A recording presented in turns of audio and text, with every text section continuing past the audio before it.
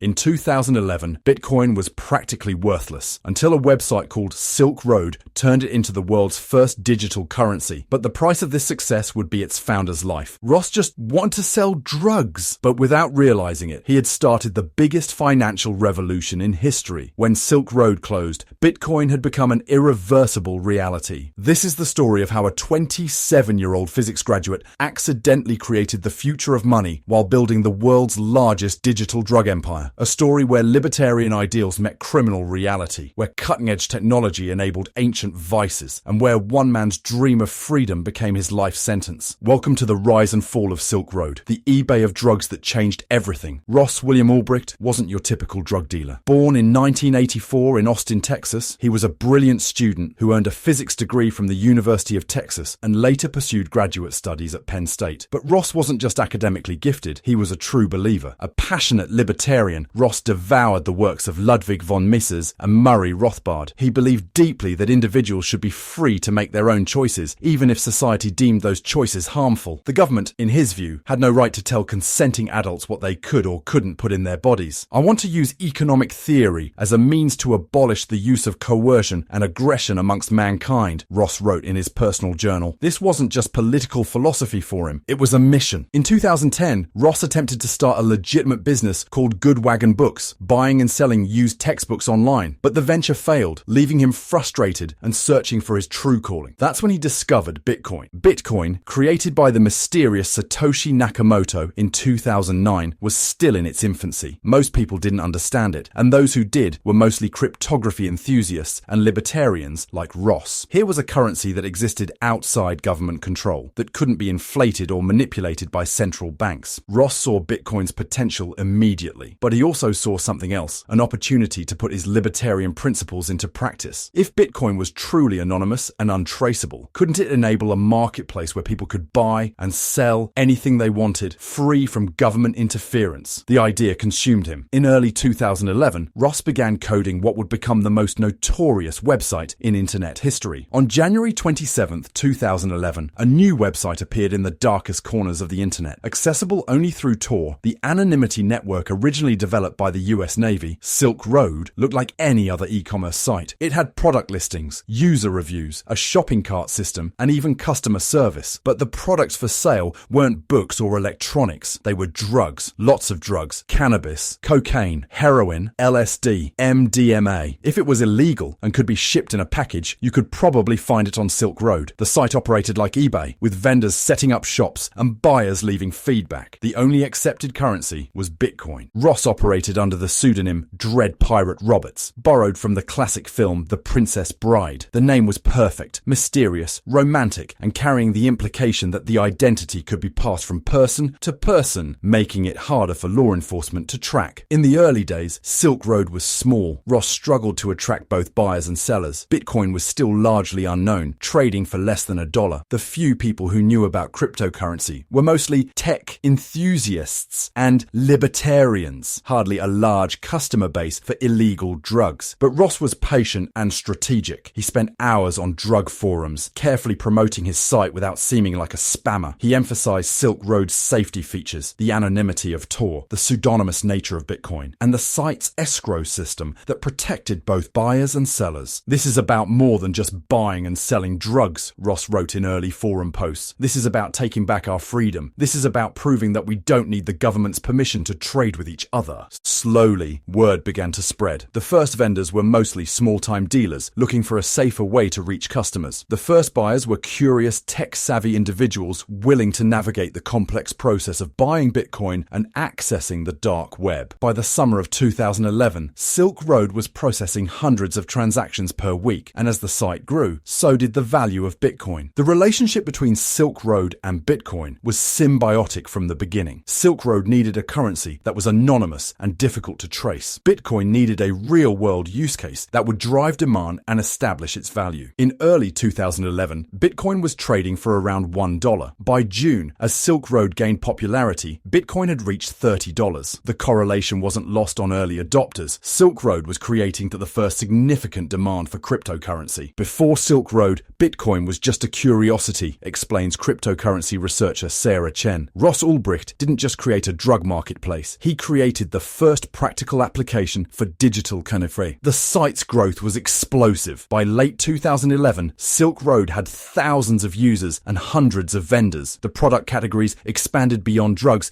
to include fake IDs, hacking services, and other illegal goods. Ross took a commission on every transaction, typically 6.23%, a number he chose as a tribute to Murray Rothbard's birthday. But success brought new challenges. As Silk Road grew, it attracted the attention of law enforcement agencies around the world. The FBI, DEA, and other agencies began investigating the site, trying to identify its operators and users. Ross was forced to become increasingly paranoid and sophisticated in his security measures. He used multiple layers of encryption, operated through various proxy servers, and never accessed Silk Road from the same location twice. He moved frequently, living like a digital nomad, always looking over his shoulder. The psychological toll was enormous. Ross's personal journals, later seized by the FBI, reveal a young man struggling with the weight of his creation. "I am creating a year of prosperity and freedom," he wrote, "but also of constant stress and anxiety." Despite the pressure, Ross continued to expand Silk Road's operations. He hired administrators, created customer service protocols, and even established a primitive banking system for large vendors. The site began to resemble a legitimate business, except that its core product was illegal drugs. By 2012, Silk Road was processing over $1 million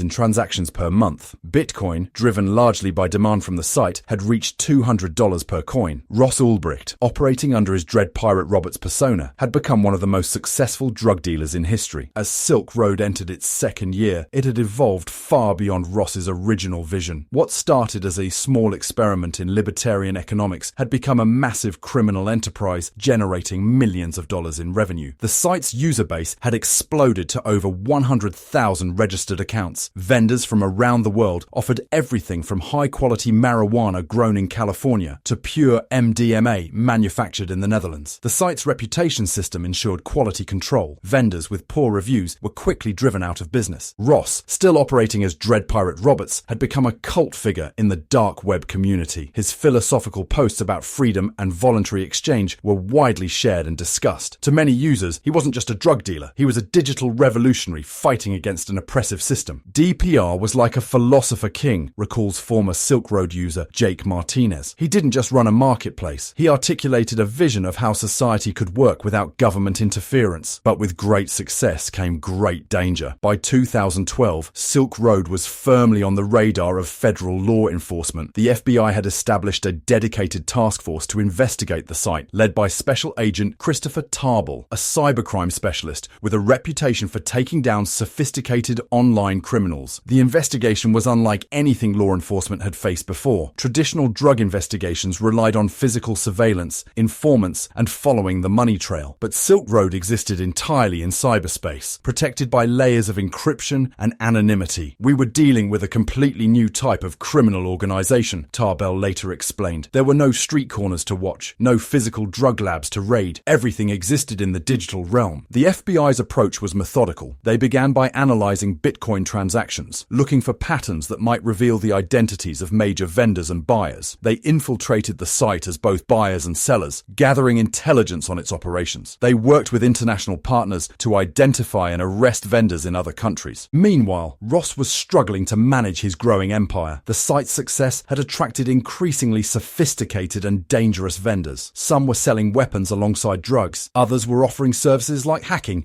and identity theft. Ross found himself managing not just a marketplace, but a complex criminal ecosystem. The stress was overwhelming. Ross's journals from this period reveal a man trapped by his own success. "I hate that I have to do business with people who sell hard drugs and weapons," he wrote. "But if I don't, someone else will, and they might not have the same principles I do." By early 2013, the FBI investigation was closing in on Silk Road. Agent Tarbell and his team had made significant progress in identifying the site's infrastructure and operations. They had arrested several major vendors and seized millions of dollars in Bitcoin. But Ross remained elusive. Despite processing hundreds of millions of dollars in transactions, he had left virtually no digital fingerprints. His identity remained a mystery, protected by sophisticated security measures and operational discipline. The breakthrough came from an unexpected source. In early 2013, a Silk Road user named Curtis Green was arrested by federal agents. Green, who worked as a site administrator, agreed to cooperate with law enforcement in exchange for leniency. Through Green, the FBI learned crucial details about Silk Road's operations and hierarchy. More importantly, they discovered that Dread Pirate Roberts was actively involved in the site's day-to-day management, communicating regularly with administrators and vendors. The investigation intensified. The FBI worked with international partners to identify and shut down Silk Road servers. They analyzed communication patterns, looking for any clue that might reveal DPR's true identity. Meanwhile, Ross was becoming increasingly paranoid and isolated. He had moved to San Francisco, living alone and rarely leaving his apartment. His relationship with his family had deteriorated. They knew something was wrong but had no idea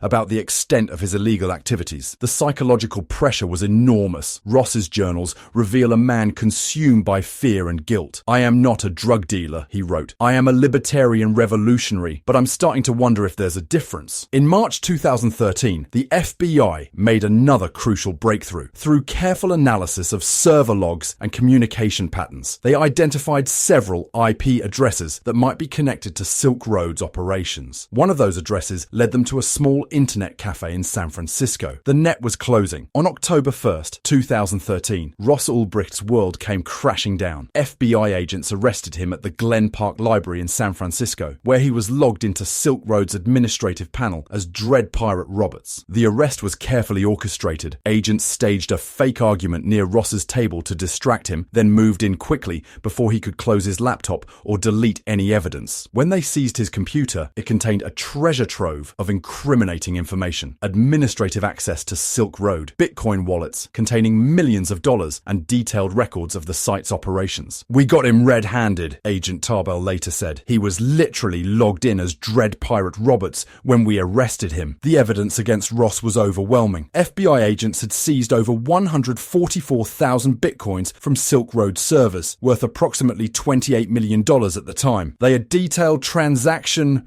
records showing that the site had processed over $1.2 billion in sales during its 2.5-year operation. But perhaps most damaging were Ross's personal journals found on his laptop. In detailed entries, he had documented his creation and operation of Silk Road, his philosophical motivations, and his growing paranoia as law enforcement closed in. "I began working on a project that had been in my mind for over a year," one entry read. "I was calling it Underground Brokers, but eventually settled on Silk Road. The idea was to create a website where people could buy anything anonymously, with no trail whatsoever that could lead back to them." The arrest sent shockwaves through the dark web community. Silk Road, which had seemed invincible, was suddenly gone. Its servers were seized, its Bitcoin confiscated, and its legendary founder revealed to be a 29-year-old physics graduate from Texas. Ross Ulbricht's trial began in January 2015. The government painted him as a ruthless drug kingpin who had facilitated the sale of illegal drugs to hundreds of thousands of people worldwide. They presented evidence that he had commissioned murders of people who threatened his operation, though these alleged murders never actually took place. Ross's defense team argued that he was a scapegoat, that he had created Silk Road but quickly handed it over to others, and that the real Dread Pirate Roberts was someone else entirely. They portrayed him as an idealistic young man whose libertarian beliefs had led him astray. The jury wasn't convinced. On February 4th, 2015, Ross Ulbricht was convicted on 7 charges, including drug trafficking, criminal enterprise, and money laundering. 3 months later, he was sentenced to life in prison without the possibility of parole. "The stated purpose of Silk Road was to be beyond the law," Judge Catherine Forrest said at sentencing. "In the world you created, over time, there were no limits." But Ross's story didn't end with his imprisonment. The technology and concepts he pioneered lived on. Within weeks of Silk Road's closure, dozens of copycat sites appeared. The dark web marketplace model he created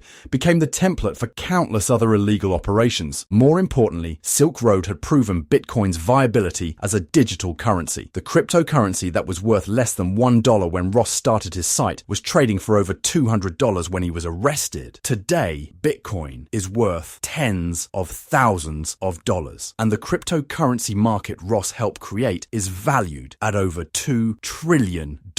Ross Ulbricht Ulbricht didn't just create a drug marketplace, explains blockchain researcher Dr. Michael Torres. He created the first practical demonstration of how cryptocurrency could work in the real world. Every Bitcoin transaction today owes something to what he started. Today, Ross Ulbricht sits in a federal prison in Arizona, serving a life sentence for his role in creating Silk Road. He maintains his innocence on the most serious charges and continues to appeal his conviction. A growing movement of supporters argues that his sentence is too harsh, that he was a pioneer punished for being ahead of his time. Meanwhile, the revolution he started continues. Cryptocurrency has become mainstream, adopted by major corporations and governments. The dark web marketplaces he inspired continue to operate, playing an endless cat-and-mouse game with law enforcement. The questions Ross raised about freedom, privacy, and the role of government in regulating personal choices remain as relevant today as they were in 2011. Was he a visionary who saw the future of money and commerce? Or was he simply a criminal who used technology to facilitate illegal activity? Perhaps he was both. In trying to create a world without government interference, Ross Ulbricht accidentally created the future of money. In pursuing his libertarian ideals,